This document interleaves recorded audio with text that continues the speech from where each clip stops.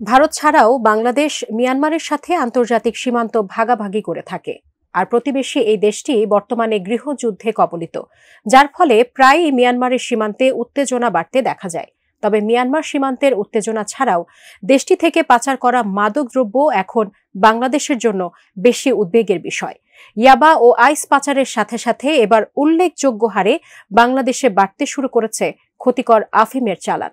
বিস্তারিত ইশতিয়াক হোসেনের প্রতিবেদনে।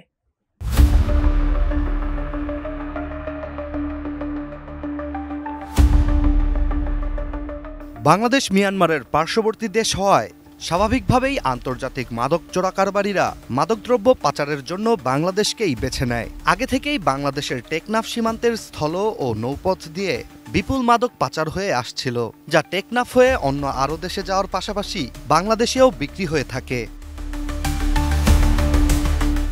তবে এবার নতুন করে আফিম ঢুকতে শুরু করেছে মিয়ানমার থেকে। 2024 সালে বান্দরবনে মিয়ানমার থেকে আসা আফিমের দুইটি বড় চালান ধরা পড়ে, যার পরই বাংলাদেশের প্রশাসন উঠে পড়ে লাগে এসব মাদকের উৎপত্তিস্থল খুঁজে বের করতে।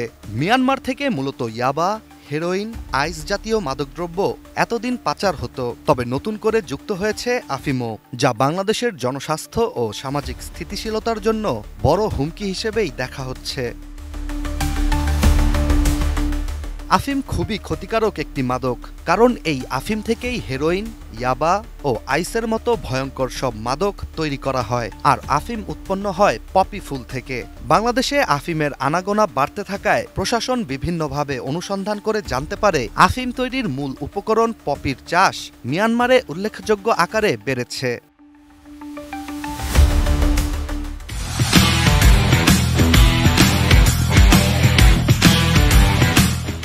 পপি উৎপাদনের জন্য পুরো বিশ্বে সবচেয়ে বেশি জনপ্রিয় দেশ ছিল আফগানিস্তান। তবে আফগানিস্তানে তালিবান সরকার প্রতিষ্ঠিত হলে দেশটিতে পপি উৎপাদনের হার ধীরে ধীরে কমে এখন একদম শূন্যে নেমে এসেছে। তবে আন্তর্জাতিক বাজারে পপির চাহিদা কোনো অংশে কমেনি, যার ফলেই আন্তর্জাতিক চাহিদা মেটাতে মিয়ানমারে বেড়েছে পপির চাষ।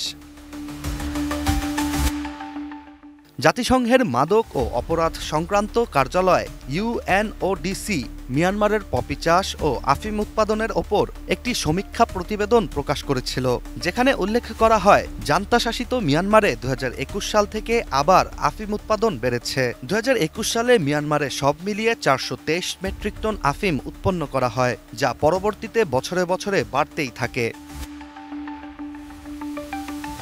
মিয়ানমারে ক্রমাগত বাড়তে থাকা এই পপি চাষ ও আফিম উৎপাদনই বাংলাদেশের জন্য হুমকি হয়ে দাঁড়াচ্ছে। যদিও মিয়ানমারের তৈরি আফিমের মূল গন্তব্য বাংলাদেশ নয়, বাংলাদেশ শুধুমাত্র পাচার করার একটি রুট, তবুও বাংলাদেশের বিশেষজ্ঞদের ধারণা এসব মাদক পাচারকালেই বাংলাদেশে তা কোনো না কোনোভাবেই ছড়িয়ে পড়বে। Ishtiaq Hossain, ATN news.